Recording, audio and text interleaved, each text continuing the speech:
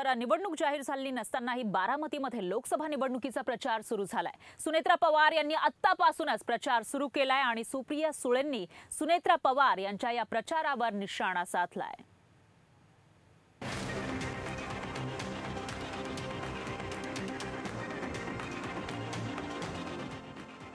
लोकसभा निवडणूक अजून जाहीर झालेली नाही, उमेदवारही जाहीर झालेले नाहीत, पण बारामतीमध्ये आतापासूनच प्रचाराची रणधुमाळी सुरू झाली आहे। उपमुख्यमंत्री अजित पवार यांच्या पत्नी सुनेत्रा पवार यांनी बारामती लोकसभा मतदारसंघ पिंजून काढण्यास सुरुवात केली।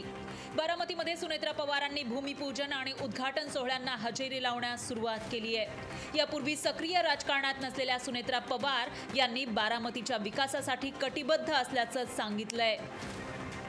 बारामतीमध्ये विविध विकास कामांचा धडाका आपण पाहतोच आहोत।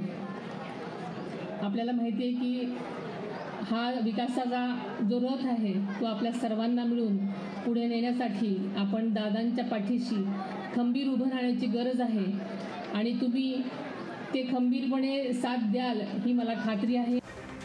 सुप्रिया सुळेंनीही बारामती मतदारसंघ पिंजून काढण्यास सुरुवात केली आहे। गावागावातल्या छोट्या मोठ्या यात्रा सोहळ्यांना त्या हजेरी लावतायत। सुनेत्रा पवारांच्या बारामती दौऱ्यांबाबत सुप्रिया सुळेंना विचारलं असता त्यांनी खासदार होण्याआधीच लोकसभा मतदारसंघाचा दौरा करत होते असा टोला सुप्रिया सुळेंनी लगावला।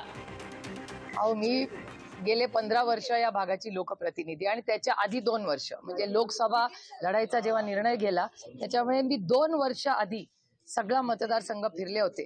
त्याच्यामुळे मला मतदारसंघात फिरणं म्हणजे एक कुटुंबात म्हणून आम्ही मतदारसंघात काम करतो। मला असं लोकशाही आहे, प्रत्येकाला फिरण्याचा अधिकार आहे। बारामतीमध्ये नणंद विरुद्ध भावजय असा सामना होणार हे नक्की झालंय।